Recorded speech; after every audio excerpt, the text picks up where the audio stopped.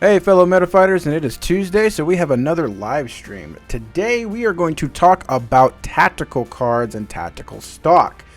They went into a good thorough explanation of how everything works, so let's not waste any time and go ahead and look at the first screenshot. Alright, so as we can see here from the first screenshot, they are explaining tactical cards. Tactical cards are cards with the tactical cost written in the upper left corner. There are also 6 types of tactical cards: shooting, melee, support, healing, defense, and deployment. I'm pretty sure this could be either installation or setup, either way. So we already know at least what 3 of these do, and then we can see the last one. We don't completely know what the recovery or the defense one does, but the first tactical card there, the blue one, the shooting one, is called Precision Shot. You choose one enemy metabot and deal 5,000 damage. Then we have Full Attack or All Out Attack. It is the fighting type one. It costs 2 in order to use, and you choose one enemy metabot and deal 5,000 damage. I think that's what all of these do. I think they're all just a bunch of damaging ones, except for the setup one, because even the support one is called Support Attack. You choose one enemy metabot and deal 5,000 damage. So I'm pretty sure these all do the same thing, even the recovery and the shield one. But the last one is called Rear Support, and you choose one of your supporters and put it into the discard pile, and you gain 4 placement points or installation points or set points, whatever it is going to be called.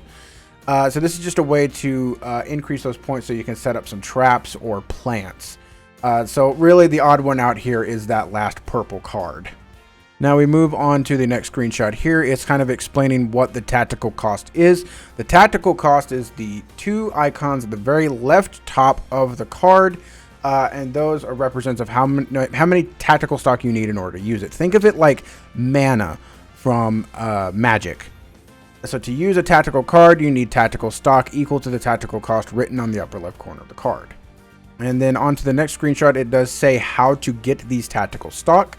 When a metabot or arm part with a tactical description is present on the field, the tactical stock of that type is replenished by the number of icons.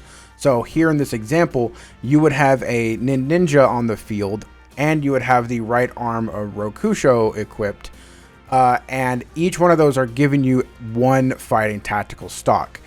And whenever you use it, they're done for the turn, and then you get them replenished at the very start of your next turn. And here they have another screenshot or example of that. Play a metabot that has a tactic onto the field to replenish your tactical stock. You can use your tactical cards by consuming your tactical stock, so yada yada. Yeah, you use the cost, you get them from your metabots, your arm parts, you use them, and then you gain them back in the next turn. Pretty much think of them like mana or option cards from Digimon that give you these effects that kind of help you with the game a bit. Okay, now we move on to some really good parts here. This is where they start showing off some of the tactical cards. We've already seen these 2 before, but they say that there are many cards that deal damage and cards that strengthen ranged metabots. So the first card we have here, we've seen before. I actually like this card. I want to use it because it seems really cool. Wave Attack. For 1 tactical cost, you activate this effect. You choose one of your opponent's metabots at random and deal 3,000 damage to it. Then return this card to your hand. At the end of the turn this card was used, you place the card in the trash. So this seems to be a card that you can just keep using over and over and over again. Granted, you can't target something specific, but if there's only like 1 or 2 metabots on the field, or even just a leader, you'll be able to hit this thing repeatedly. The second card there is called Spotter. It costs 2 tactical stock to use.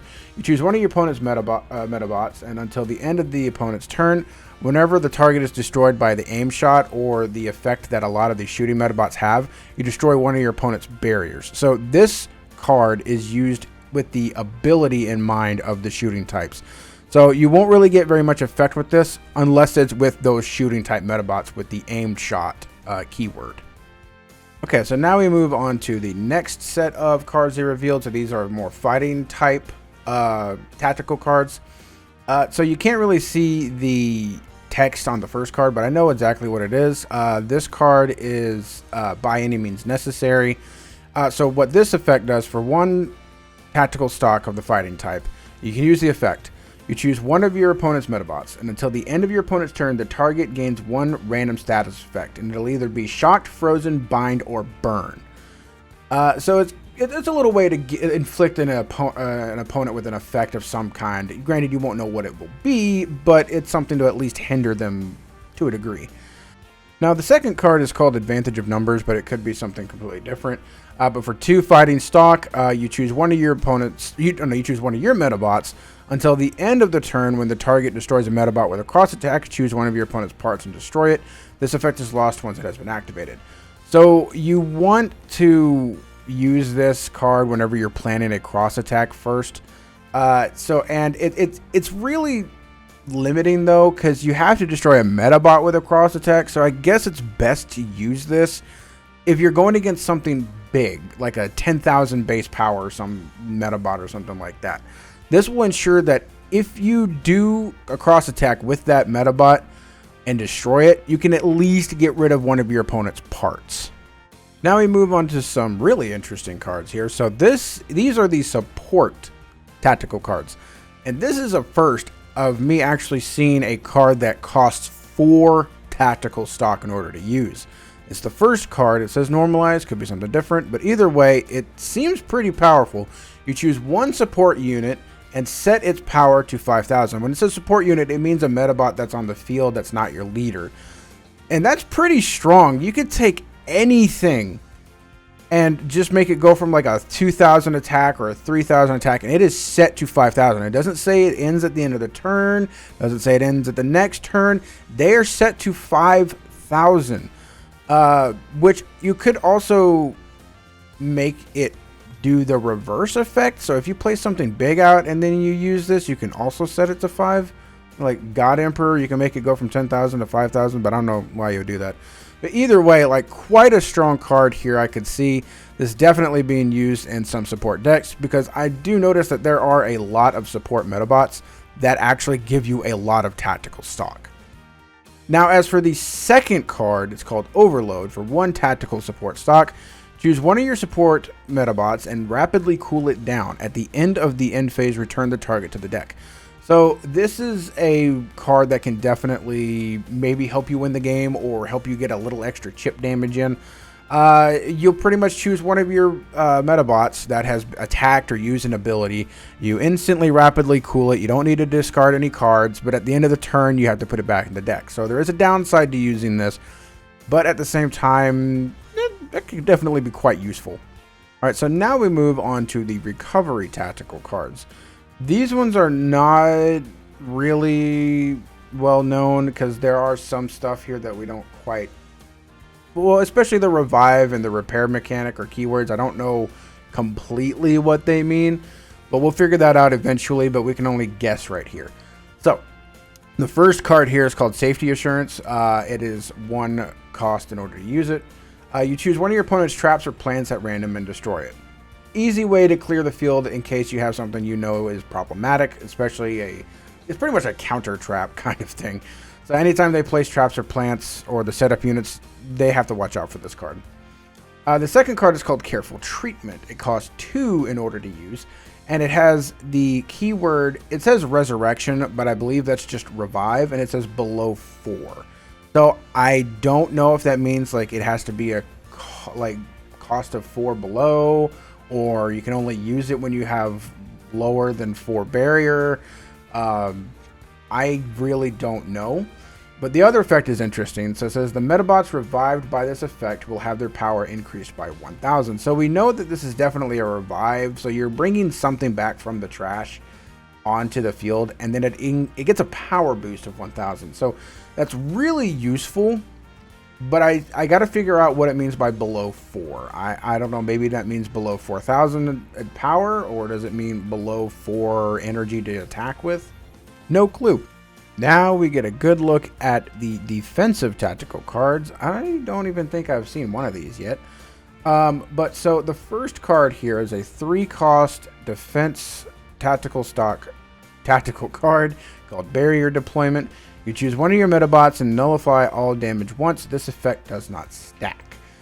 So I've seen this effect before. I believe this is on the Red Matador leader. So you just like negate damage at least one time. Don't know if that means like say somebody cross attacks the Metabot you choose with this. Does it stop all of the damage because it's a cross attack, or does it just stop the first one and then it takes the other 1 or 2? Don't know. I'll have to see that. The second card is called Substitute. It costs 2 in order to use. Choose one of your support units until the start of your next turn. When your leader's parts or barriers would be destroyed, the target unit is destroyed instead. So yeah, this is essentially a way of protecting yourself a little bit more. Like, oh, I know I'm gonna die here, or my Metabot's gonna lose a part or get destroyed. I'm just gonna use one of my support bots as like some kind of cannon fodder, so that way I don't actually lose this turn. You might be able to get another turn or two out of using this, or force your opponent to essentially have to work around in order to actually beat you. Okay, so this one you're gonna have to bear with me a little bit. We really don't know much about trap types, or at least very much of them right now, so this is gonna be very confusing, possibly. So we do have some tactical cards here. The first one's called Supply Hindrance. It costs 1 in order to use. And it says Installation 4, install a charge trap. So this thing will just be able to get you a charge trap, but you need at least 4 installation points. And then the other card is called Emergency Settings. It could be something different, but it costs 3 tactical stock in order to use. And you just earn 4 placement points. I don't know if these are actually like different points that you need, or what exactly, or which point is which. Like, they did kind of go over a bit of how placement these points work, but they didn't completely show anything. So I can't give you a good definitive answer of how these are going to work, or exactly what. I'm thinking there are 2 different points that you need, like there, because if you look at the game, there's like a small wheel in the middle of the field, and then there's the place I think where the traps are, and I'm assuming that wheel that you need is like the placement points, and then you need, after you get like a certain amount, you can then start placing things. I don't know, it's so confusing. Like, I really hope that maybe with the next stream we'll actually get a view of how these setup types work, because right now these are just, it's very confusing.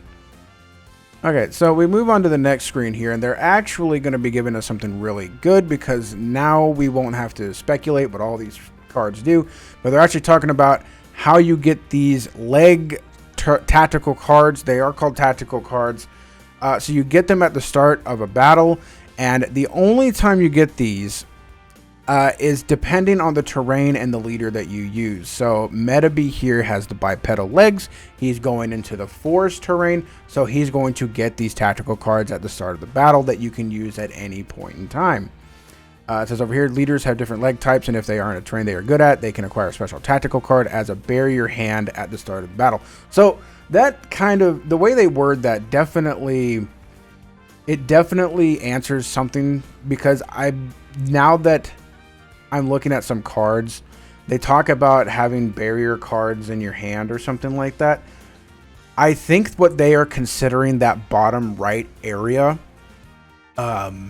whenever you lose a barrier, those cards that go in there is called a barrier hand. So that might be where some things are starting to make sense, especially the repair mechanic or repair keyword.